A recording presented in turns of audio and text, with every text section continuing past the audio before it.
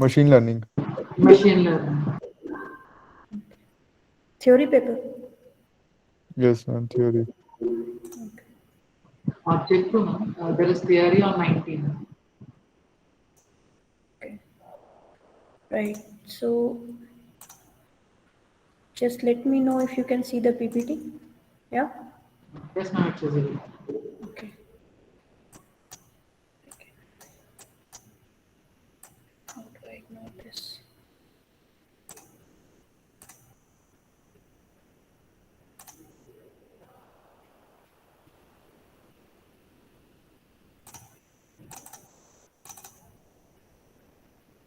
Are you seeing something called as ignore or stop presenting also? All right. No, ma'am.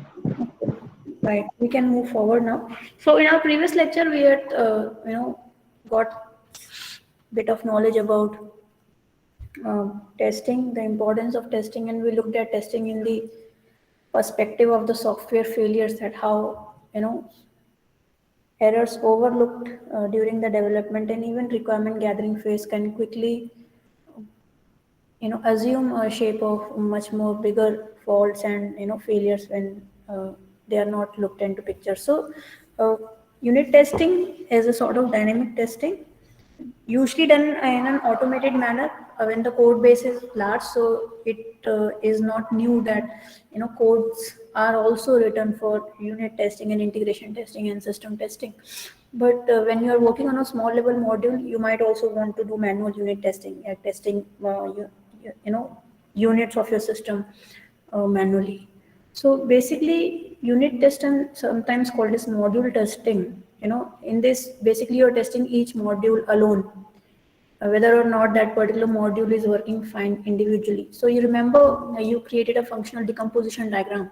So if you were to further decompose, these elements, then ultimately units will remain, and basically you will test each unit individually.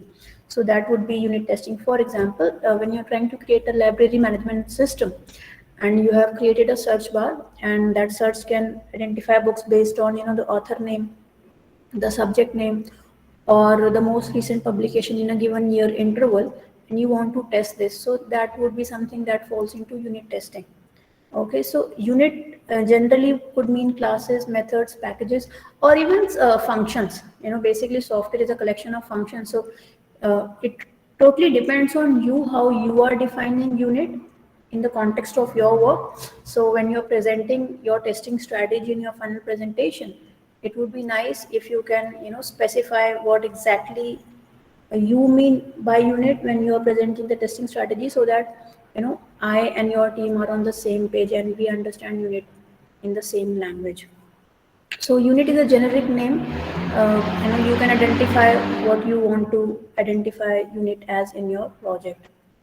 So basically, just a reiteration of the fact that there are three core type of testing: unit testing, integration testing, and system testing. System testing I'll try to cover tomorrow. Integration testing I would like to touch briefly today because you have your exams. Are you getting some noise from my side? Yes, ma'am, but it's better. Just a second.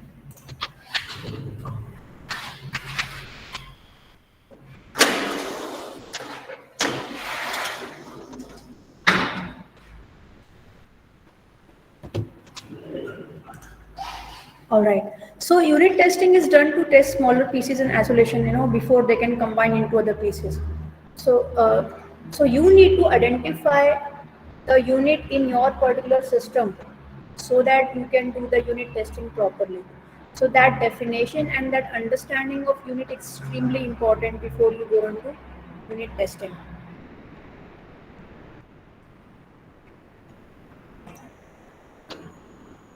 So let us briefly talk about the current state of unit testing. Increasingly unit testing has been recognized as a good software testing practices. This is mainly done at the developer's end when the developer is trying to understand whether or not a particular module is functioning properly. And these are certain terms you wouldn't find being used quite commonly when you're working in an industry, but these form a part of the implicit conversation that is always happening. So tomorrow when you go to your company and you are working on a project on Scratch, so unit testing is something that you would be interested to explore about, especially when you are giving a demonstration to your team. You would like to tell, especially your manager, that you have unit tested and integrated tested, and now you are ready to present it to the entire team. So this is something that you should keep in mind whenever you are working on any project for that matter. And unit testing is generally recommended unless, of course, you are working on a throwaway project. So what is a throwaway project? Once done, we'll just leave it and think about it or increase it. So Not use it as scale. okay, so if you remember, we talked on software prototyping. So there are types of throwaways, also type of prototype in which, basically it's mostly of an idea. It may not go on to the implementation say. So unit testing means that you have at least injected some amount of functionality to your, concepts. So like the example I've given for searching the book. So that is something you would like to unit test. For example, if you're coming for demonstration, another unit testing example could be collection of forms. So when in the project that you are doing, if your app shows a form which the villagers can fill, and you want to test that each field first of all is accepting the valid answers. If any invalid entry is there, then some sort of alert is there, and when you are submitting, the form is actually getting loaded in the local database of the app. So this is another example of unit testing. So mostly unit testing is automated. It depends on the scale of the project. However, they are also manual. So when you're learning what is unit testing, it is advised, it is always advised to go from learning things by doing by hands and then automating them, because when you're able to automate them and something goes wrong, then you can actually be better at identifying the error, which would not always be the case if you directly would go on the automating side of things. I mean, you can go on that if you're very well versed with what you're doing, but since you're also training yourself to learn unit testing, so, or you can keep the hybrid approach. So, because whatever module you are developing in your software project, it would be nice if you can manually also see a unit testing, and then based on that maybe write your own code of automated unit testing. So that is why unit testing is important. And now the question is not really should we write unit tests, but the discussion has moved more commonly to what does it mean to write good unit tests. So again, as all the process in software development life cycles, doing is not enough. It's the quality of doing that matters, because so gathering requirements is not enough or not sufficient for developing a good consumer relevant product. You must also reason and critically identify whether or not the requirements you have gathered are actually relevant and pertinent to the user. So the quality will always remain important throughout the software development life cycles, and so it is for unit testing also. So quickly, there is a relationship between unit testing and code design. I think yesterday I was looking at a class diagram presented by one of the groups, and to them also I had given the same suggestion that make sure that your classes are modular and they are doing exactly what they are doing, not extra, because when it comes to testing the functionality, if you are trying to make your class do everything at once, then it will become very complicated when you're doing the unit testing. So and that will be reflected in unit testing. So when if you find a code is hard to unit test, there are lots of conditions happening or there's lots of nesting going on and lots of conditionals are there, then it will be very difficult to unit test. So that is a strong sign that maybe your code needs improvement. You need to refactor your code, or you need to make it a much more simpler function so that you can test those functions individually and unit testing can go on unimpeded. So Generally, codes and functions that are quite tight coupled will be very difficult to unit test. So when you are unit testing, and if you really find that some basic functionality is very difficult to test, then that should be indicated of something of related to the way you have designed your software. So you need to go back to your software design and see where this congestion is happening. And when you look at the congestion, you sort of try to declutter the congestion and really identify what the units are so that you can neatly do the unit testing. But it does not always mean that if your code is good to unit test, it's a good quality code. I mean, we learned about different attributes of good code quality, but unit testing is one of them.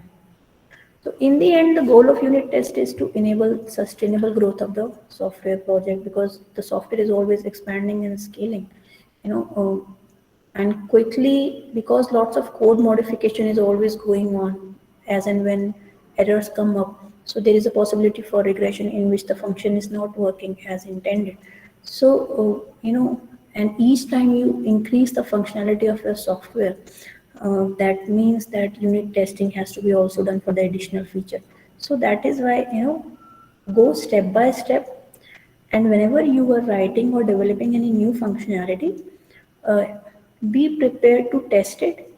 So for example, if you have developed, let's say 5 functionalities, A, B, C, D, E, you start with A, you unit test it. Then you develop B. So not only test B as a unit, but also test that A is not compromised after B has been developed. So this is also something called as, integration testing as well as unit testing, because development of new functionality should not compromise the old one, because developing B has essentially modified the overall code. The software entropy has increased, and proper unit testing and integration testing can really save a lot of time and efforts in the long term.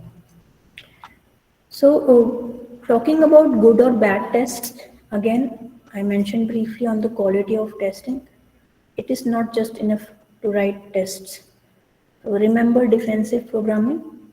Uh, you should be prepared for the worst case scenario in your inputs, and that testing should cater to all the, at least the patterns of inputs that your system can receive and how it will respond, because a bad test may be able to identify when the system is working, but a good test will also show you where your system is lagging in robustness. Robustness means being able to perform at least some operation which is relevant when a situation when an expected input is not found. So what your system does that. So a good testing should be also be able to identify when your system is literally throwing up. So writing test is not sufficient. It is extremely necessary that those tests are of good quality. So, bad tests generally mean that tests that are not really thought after, which you have just written on the surface of it. Writing the code for those bad tests might be easy in short term, but as your project expands, it will be very difficult. And it might happen that, stagnation might occur. It may occur late because anyway you are writing testing, but with bad testing, it will catch up quite early.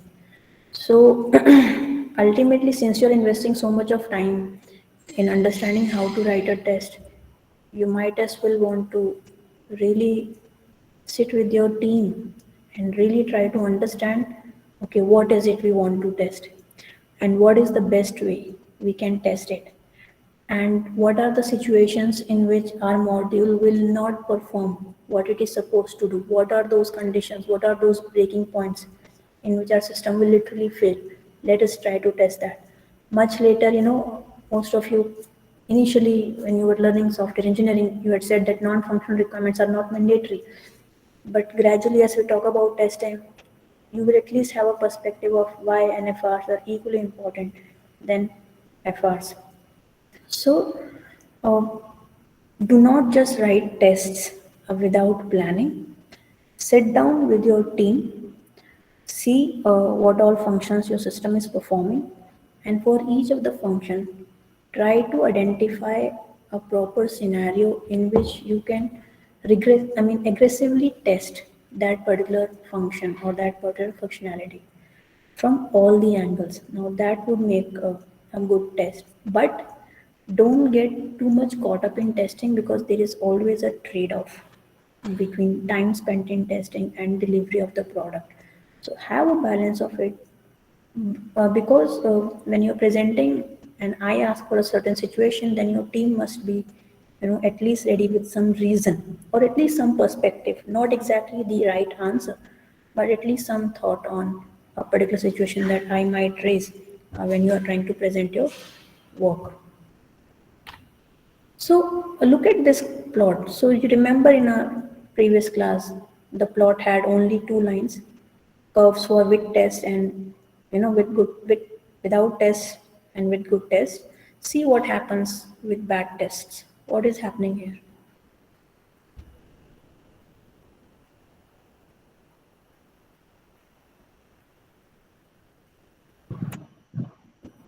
It's better than without test, but worse than with test.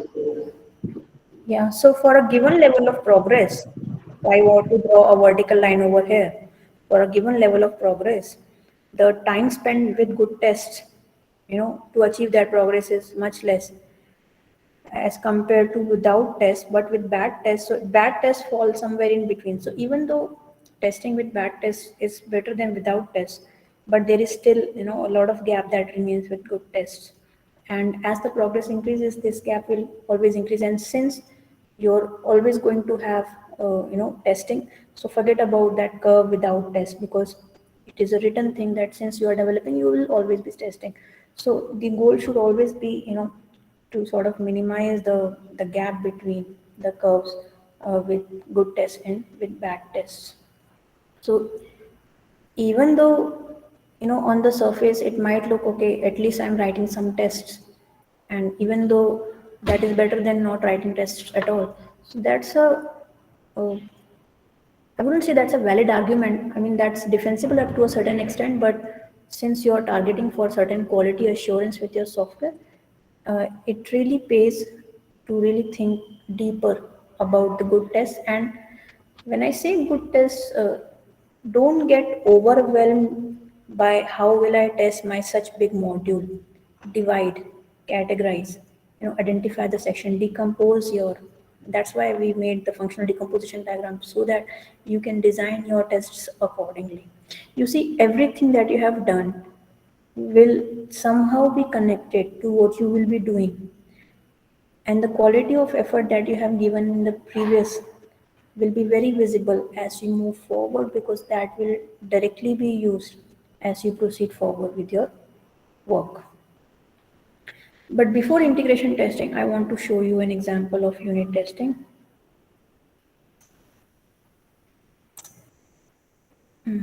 So can you see this code?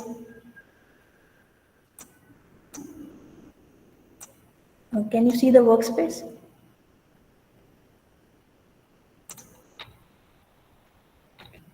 Is it visible?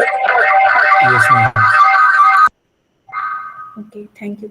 So this is a very simple example, of a median finder class.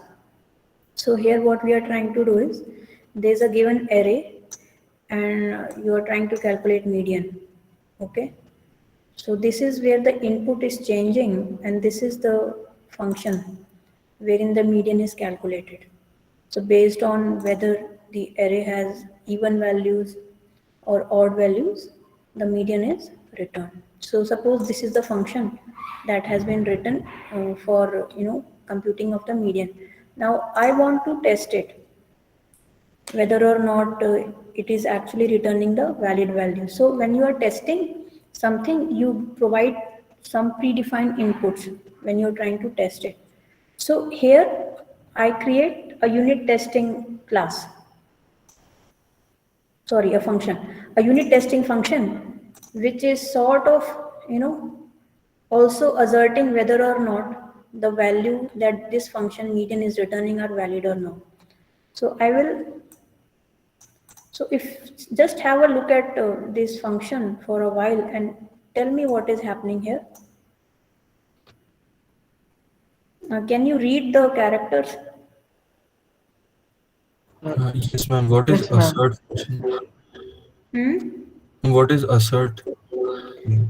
Okay, who will tell me? Anybody knows what is assert in Java?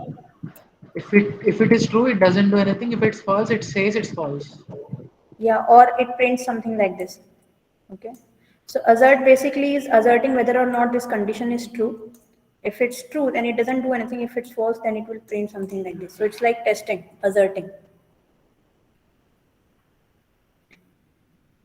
So here what I have done is I have given different inputs and I'm calling this function and I already know the output. Okay, so my function should return this value. If it doesn't return this value, these errors will be printed. So this is one case in which the array has only one single number.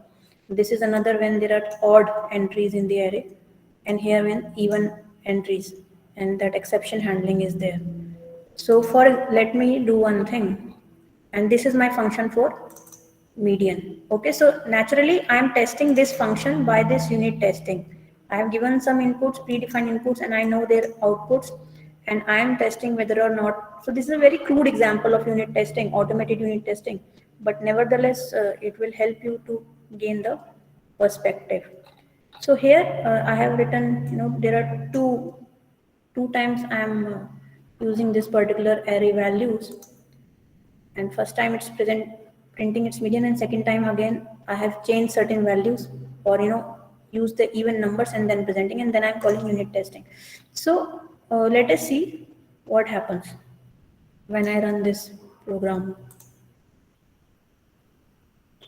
So in first particular case, it is able to identify the median is 15 and 13.5. Here 4 is just getting printed, I think, from here. Now let me do one thing.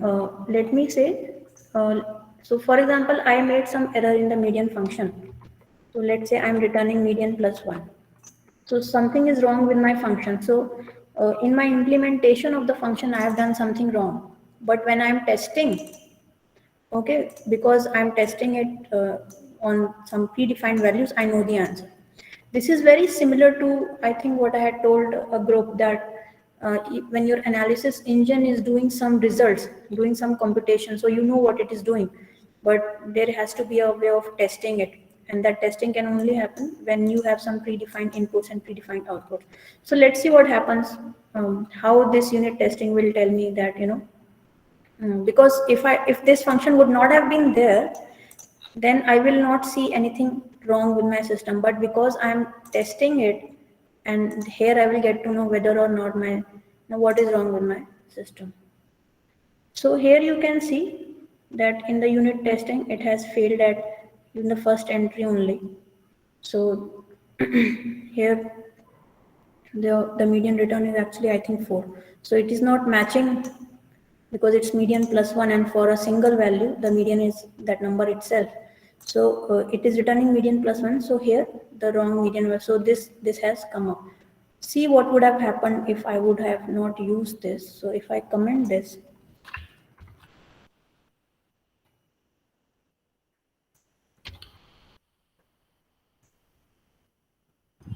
Hello, मेरी आवाज आ रही है क्या? Hello Yes. Hello. Hello Jimit?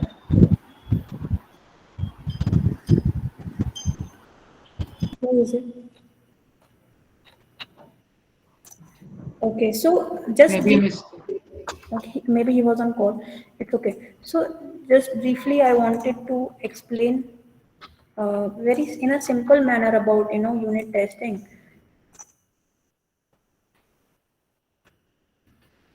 So this is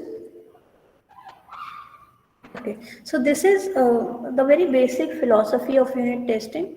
Okay, and this is automated unit testing, because here I have predefined inputs and outputs. So similarly, when you are trying to test your analysis engine, and like there are specific functionalities in your respective projects that you must unit test.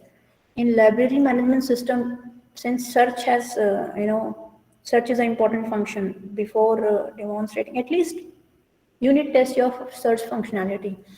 In the uh, project related to collection of the health data, test whether or not your form is getting easily submitted, and at least very briefly on the analysis engine. And for the mental health, at least unit test your templates.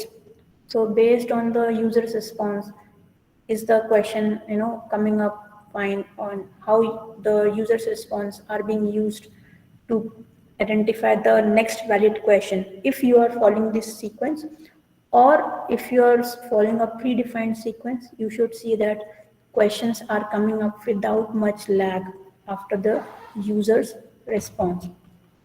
Another unit testing could be on severity index that you are creating. So when you are answering the templates, let your system answer the templates and you also do it, at least on copy and pen. And you try to, based on the formula that you have used for severity index, try to compute it by hand and then see what your system is providing. So try to, for each of the projects I have mentioned, try to do this bit of unit testing before presentation so that you get a taste in what really unit testing is. So this was a small example for unit testing. I hope you got the idea. So here we were just testing a particular function which computes the median. All right. Going forward to integration testing, most of the time what happens is that sometimes all the units are working fine, but when they're integrating, something is not really working fine. So as a system, it's not performing fine. So if you remember what happened in London ambulance service fiasco was that most of you have written in your essay that they did unit testing, but they did not do integration testing. But isn't it surprising that such a big company would not know the importance of integration testing? What do you think? Was it really a lapse?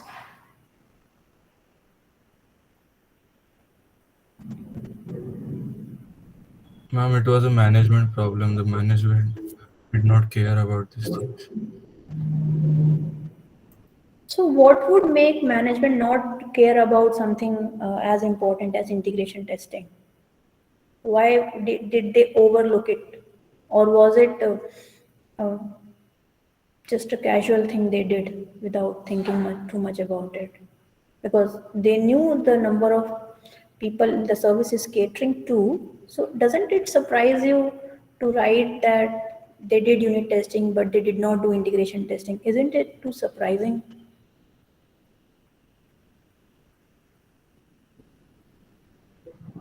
At the scale of which it works, it's surprising that they haven't saw it, but uh, it's possible for errors to creep in if the management is not good. Okay, so for real, see, when you see certain facts like this, and you know theoretically how important integration testing is, you must dig deeper into what would have led management to not go for integration testing. And obviously, things are not so black and white. Maybe they perform integration testing, but not fully. Maybe they performed it partially.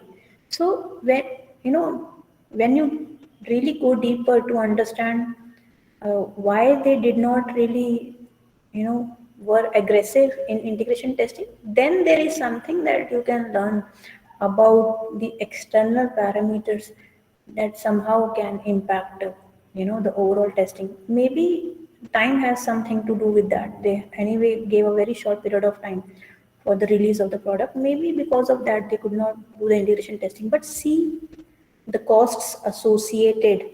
So unit testing is not sufficient. It is important, but when it comes to the overall success of the software, even integration testing is not enough. And there is something called as system testing and acceptance testing. Only then you can be sure that, okay, my system, is now ready to be at least launched so that bugs can be reported at least by testers or quality assurance team. So integration testing, you will not be always sure of your overall system if you've just unit tested. But given the short period of time of this semester and the project that you're doing, I wouldn't expect you to integrate all your modules and present it, but at least present one or two examples of unit testing and how those units combined you test for integration testing. For example, you are creating an analysis engine and your engine is throwing some numerical analysis and graphical analysis. So this is one unit. The second unit could be fetching of the variables from the data. Okay, so you have seen that as the user is entering certain variables, they are getting fetched for analysis. Now the integration testing could be fetching the variables and doing analysis together at the same time. So have a think of, so I'm not saying present really complex thing, but at least understand the concepts of unit testing and integration testing by doing very simple things with your projects, because your projects are a very good platform, in fact a playground, to learn about these bits and pieces of testing and other concepts of software engineering. So integration, as the word implies, you're trying to integrate the units and then seeing whether they are working harmoniously with each other to provide the functionality that you really need. So when it comes to integration testing, there is a concept which we will talk about, and this this slide again reinforces the fact that integration testing is done by combining the modules and testing them together. It's definitely gradual. So like in designing in integration testing also, there are two kind of approaches: top-down integration and bottom-up integration. So, and both are incremental in nature. But to understanding these two concepts, there is something that we need to understand, and that is called as drivers and stubs. Have you heard of these terms before?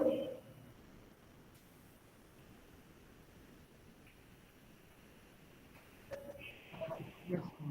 Not, Any? I mean, not about stubs, but drivers we have.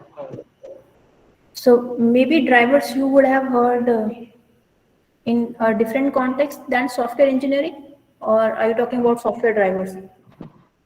In Geeks for Geeks website, if we search for something, example will have a comment called a driver code and the execution is done there. Execution is? I mean, execution is done there. If we go to a Geeks for Geeks website, an algorithm is implemented, and when they use the function for some values, original values, then they keep a comment called hash, like comment of driver code. Okay, okay. So drivers and stubs, thank you, Tarun. Drivers and stubs are mainly used terms, quite common terminologies when it comes to software testing. Okay, so a general idea about testing is that it is intelligent to test your software piece by piece. But what do you do when your pieces have not been developed? Okay, so that in that kind of situation, stubs and drivers come into picture. So even if you don't have a fully functional module that you want to test, or a fully functional module on which the other module is dependent, and you want to test this other module, but that previous module is not really developed, then drivers and stubs come into picture. So these are very core terms for software testing. So, very simply, stub is a piece of code that simulates the activity of a missing component. So, uh, so if the flow of a software function is there, and you want to, so I will show you a video, you will understand it better. So, stub is a piece of code that simulates the activity of missing components. So, what your code would do if the actual code would have been there, and if in its absence, you make something called as the stub for that particular function. A driver is a piece of code that passes test cases to another piece of code. Okay, so I will show this by a video.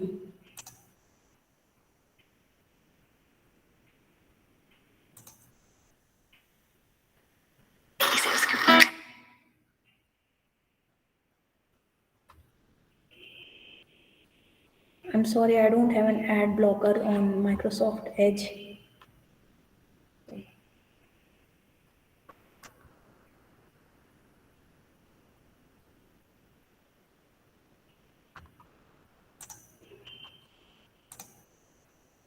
about two very So I hope you can see the screen. Okay, so let's watch this video. It's a very short video and it really explains what a stub and driver is. Hello. In this lecture, we will talk. Is the voice okay? Volume? Yes, ma'am. It's a bit loud. So you can maybe decrease on your system parts, okay? Sure, ma'am, I understand. Thank you. Talk about two very important testing terms, stub and driver. These also have different names, like test harness and dummy modules. You have to understand that they are speaking about stub and driver. Now let's look at the differences between stub and driver. Let's begin by using an example. Here we have three components, A, B, and C. Let's say component B has not been implemented. Both component A and C are dependent on B, but B has not been implemented. So what we can do is we can create a dummy variable or function which will represent B. This dummy variable won't have an actual function inside. It will just be for the purpose of calling.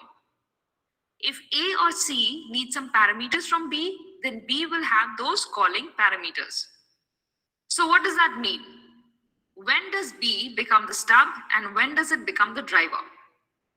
When we are testing component A, we see a dependency on function B.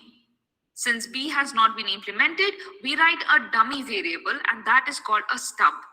So stub B is nothing but a called function by A. Stubs are functions that are called by the main component. Now, when we test component C, the situation changes. Now B is the one calling C, so that component C can be tested. Since B has not been implemented, we create a dummy variable B which calls C.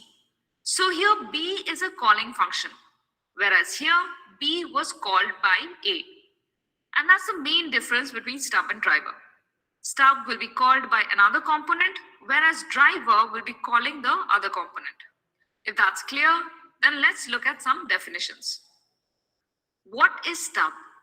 A stub is called from the software component to be tested as shown in the diagram. Stub B is called by component A. And what is a driver? A driver calls the component to be tested as shown in the diagram. Component C is called by driver B. So whenever you're faced with stub and driver, remember that stub is called by a main function, whereas driver is calling the main function. Okay, so this was a short video on stubs and drivers. Tomorrow I will give you your project specific examples for stubs and drivers. Okay, so that you can relate to what is drivers and stubs. Tomorrow we will carry forward our discussion on drivers and stubs, and I will also show implementation on Eclipse for drivers and stubs so that you can understand better. And so I will stop here because you have your exam at 12. So it would be nice if you can clear your head before the exam. Okay, so spend some time preparing for the exam at 12. So I choose to stop here. Tomorrow we will continue our discussion on drivers and stubs. I will give you examples specific to your projects and show implementation of drivers and stubs in Java. So, Yes, can the stub and drivers be same code? It can happen. so that is a good question. No, because stubs is something that is being called and driver is, something calling. So maybe in the same function, if they can be, but not quite. So because both of them serve a different function. Both of them serve a different function, as you will see in top-down integration, bottom-top integration. Okay. So tomorrow we will carry forward a discussion. I will stop here. You can relax before your exam and clear your head. Thank you so much.